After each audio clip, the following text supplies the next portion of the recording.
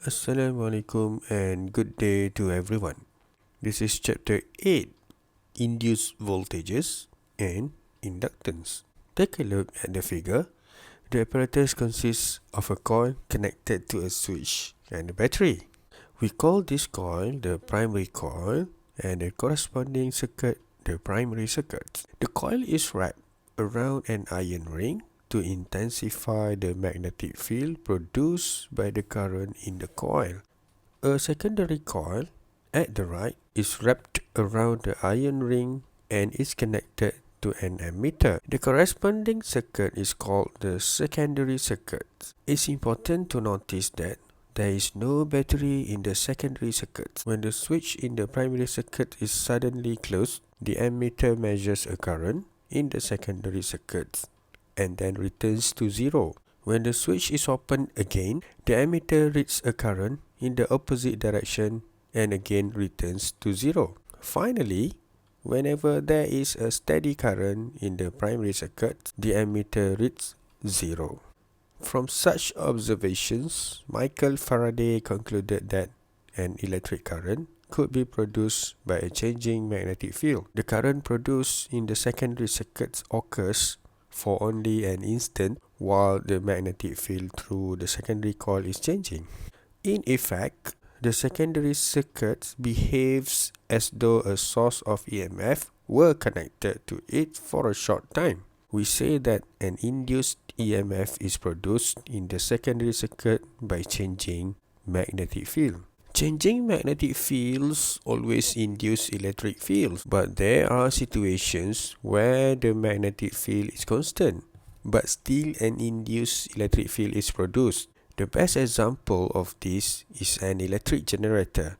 A loop of conductor rotating in a constant magnetic field creates an electric current. The physical quantity associated with magnetism that creates an electric field is a changing magnetic flux. We define magnetic flux the same way as electric flux. It is proportional to the strength of magnetic field passing through the plane of a loop of wire and the area of the loop. The magnetic flux through a loop of wire with an area of A is defined by the equation shown here, where B is the component of a uniform magnetic field perpendicular to the plane of the loop.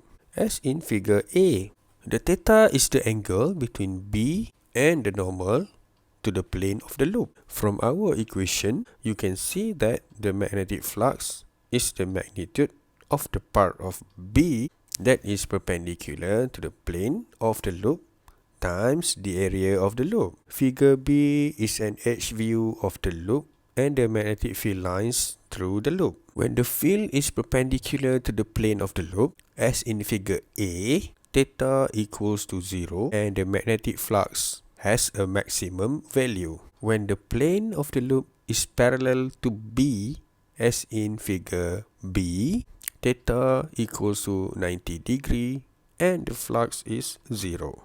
In the figures, we represent the field strength by the number of lines per unit area. That means the value of the magnetic flux is proportional to the total number of lines passing through the loop. You can see that the most lines pass through the loop when its plane is perpendicular to the field, as in figure A, so the flux has its maximum value at that time. As you can see in figure B, no lines pass through the loop when its plane is parallel to the field. So in this case, the flux is 0. Let us imagine another simple experiment. A wire loop is connected to an ammeter. If a magnet is moved towards the loop, the ammeter reads a current in one direction as shown in figure A. When the magnet is held stationary, as in figure B, the ammeter reads 0 current. If the magnet is moved away from the loop, as in figure C, the ammeter reads a current in the opposite direction.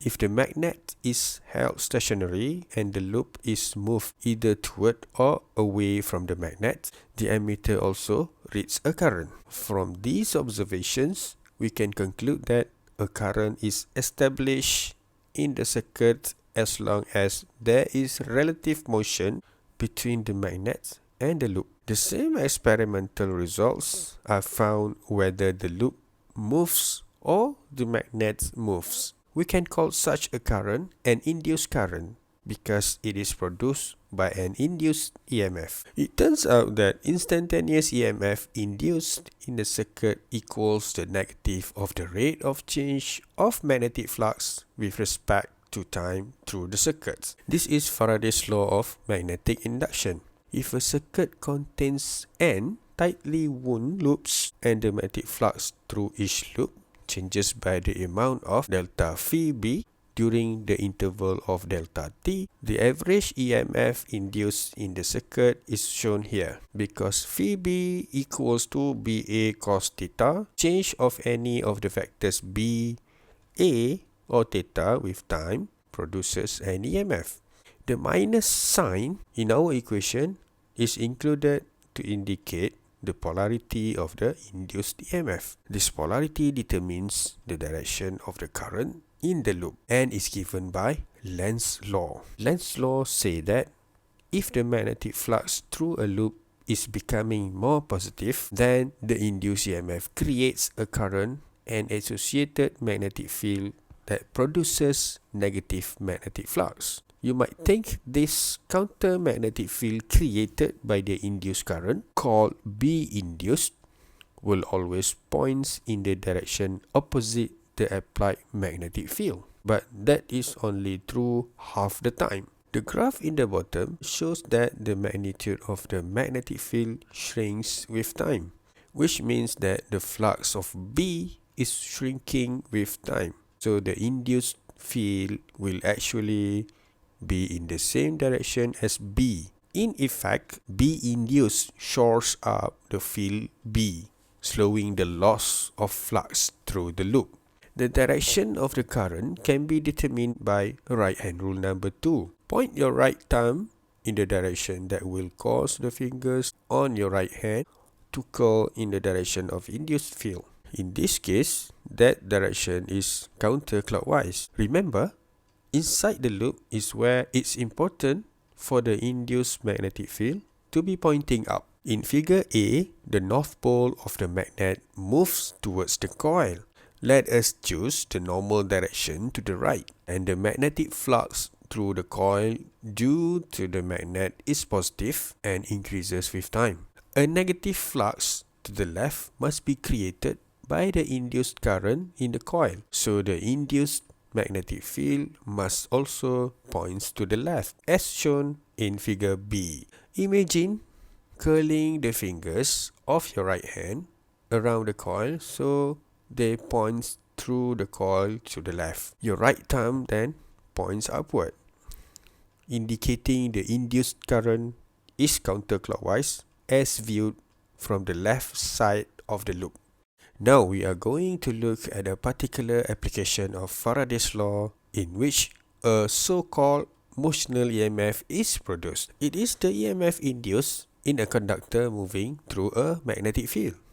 First, let us consider a straight conductor of length of L moving with constant velocity through a uniform magnetic field directed into the screen in the figure here. For simplicity, let us assume the conductor moves in the direction perpendicular to the field. A magnetic force of magnitude QVB directed downwards acts on the electrons in the conductor. Because of this magnetic force, the free electrons move to the lower end of the conductor and accumulate there, leaving a net positive charge at the upper end. As a result of this charge separation, an electric field is produced in the conductor. The charge at the ends build up until the downwards magnetic force QVB is balanced by the upward electric force QE. At this point, charge stops flowing. Because the electric field is uniform, the field produced in the conductor is related to potential difference across the ends, and we get this relationship. Because there is an excess of positive charge at the upper end of the conductor and an excess of negative charge at the lower end, the upper end is at a higher potential than the lower end. There is a potential difference across a conductor as long as it moves through a field. If the motion is reversed, the polarity of the potential difference also reversed. Now, let us imagine that the moving conductor is part of the closed conducting path. Figure A shows a conducting bar of length L, which slides along two fixed parallel conducting wires. Let us assume the moving bar has zero resistance and the stationary part of the circuit has constant resistance R. Let us take the normal direction to coincide with the z-axis out of the screen. A uniform and constant magnetic field B is applied perpendicular to the plane of the circuit. As the bar is pulled to the right in the positive x direction with velocity of v under the influence of an applied force, a magnetic force along the length of the bar acts on the free charges in the bar. This force in turn sets up an induced current because the charges are free to move in the closed conducting path. In this case, the changing magnetic flux through the loop and the corresponding induced EMF across the moving bar arise from the change in area of the loop as the bar moves through the magnetic field. Because the flux into the screen increases, by Lenz's law, the induced current circulates counterclockwise, producing flux out of the page that opposes the change. Figure B shows the equivalent circuit diagram for this example. Let us assume the bar moves a distance of delta x in time delta t. The increase in flux through the loop in that time is the amount of flux that now passes through the portion of the circuit that has an area of L delta x. Using Faraday's law and noting that there is one loop, we find that the magnitude of the induced EMF is given by this relationship. This induced EMF is often called a motional EMF because it arises from the motion of a conductor through a magnetic field. If the resistance of the circuit is R, the magnitude of the induced current is this. Let us consider a circuit consisting of a switch, a resistor, and a source of EMF. When the switch is closed, the current doesn't immediately change from 0 to its maximum value. Faraday's law prevents this change. What happens instead is, as the current increases with time, the magnetic flux through the loop due to this current also increases. The increasing flux induces an EMF in the circuit that opposes the change in magnetic flux. By Lenz's law, the induced EMF is in the direction indicated by the dash battery in the figure. The net potential difference across the resistor is the EMF of the battery minus the opposing induced EMF. As the magnitude of the current increases, the rate of increase lessens and hence the induced EMF decreases. This opposing EMF results in a gradual increase in the current. For the same reason, when the switch is open, the current does not immediately fall to 0. This effect is called self-induction because the changing flux through the circuit arises from the circuit itself. The EMF that is set up in the circuit is called a self-induced EMF. Let us consider a figure here as an example of self-inductance. A practical device will have several hundred turns. Let us assume the current changes with time. When the current is in the direction shown, a magnetic field is set up inside the coil, directed from right to left. As a result, some lines of magnetic flux pass through the cross-sectional area of the coil. As the current changes with time, the flux through the coil changes and induces an EMF in the coil. We can use Lenz's law to show that this induced EMF has a direction that opposes the change in the current. If the current is increasing, the induced EMF as shown in figure B, and if the current is decreasing, the induced EMF is as shown in figure C. The induced EMF is given by the equation here. The magnetic flux is proportional to the magnetic field, which is proportional to the current in the coil. That means the self-induced EMF must be proportional to the rate of change of the current with time, where L is a proportionality constant called the inductance of the device. That means the self-induced EMF must be proportional to the rate of change of the current with time, where L is the proportionality constant called the inductance of the device. The negative sign indicates that a changing current induces an EMF in opposition to the change. In other words, if the current is increasing, the induced EMF is negative, indicating opposition to the increase in current.